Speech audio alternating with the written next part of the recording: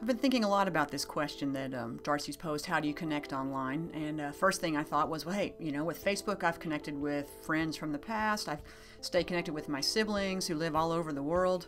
And so that's been great. But then I started thinking about from a professional point of view, and it boiled down to this, which has been hanging on my wall since I first started working here 10 years ago. I found it via OL Daily, Stephen Downes, and the intersections of these presences of being there socially, teachers being there, cognitive being there. The intersection is educational experience, but it's also connection. When you think about it, we're always striving to make these connections between students and teachers, connections between students and what we're trying to teach them. But from a professional point of view, the connections come in the same way. So I was thinking about, well, how do I connect? And it's a variety of tools. You can get the laundry list. But what's really, I think, been interesting to me is that I've connected with people I'll probably never meet, and they've taught me so many valuable things. Starting out, I started with Stephen Downes, started following who he recommended and who he was reading from and building up my RSS lists. Then I started creating my own RSS feeds, hoping people, trying to share back some of that, being strongly influenced with the sharing that I've learned from Brian Lamb and Jim Groom and Alan Levine. But also then trying to find, what can I share with my peers? So I connect with a lot of folks who work here in the state of Tennessee with me, and we do it in a variety of ways, through Twitter, through blogging, of course in person, but we have a lot of ways to connect. But the beauty of it is I can connect with both folks I know and see somewhat regularly, but also folks that I may never meet. And so that part is just really pretty cool.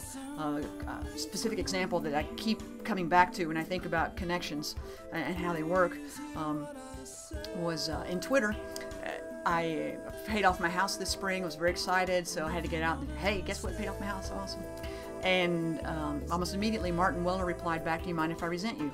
And it's like, no, resent, that's fine, not for too long, can't take it. But we went back and forth a little bit, but it was a small connection. He may not even remember, but I do, and it was neat because it was beyond just a professional, hey, here's a link, and that kind of thing, but it just deepened the connection. Instead of just being personal, professional, it went into a little deeper into my personal life, and so that makes the connection richer. And being that open and sharing, I think just really helps bring those connections together, and that's where I find the power of these tools that we're using, whether it's Flickr and you're sharing photos like I did my Project 365 about 3 years ago, sharing a photo a day. It was great. I've got contacts on Flickr now I'll never meet, and I feel like I know them looking at their photos. They feel like they know me, and it's been fantastic. So whether it's blogging, Twitter, Facebook, Flickr, any you pick, the connections try to go deep, and we teach and learn because we're there socially sharing, we're teaching each other, and we're thinking about what we're doing, what we can tell each other. And so it is so much more than just answering, what are you doing right now? So thanks for letting us think about this. It's been great.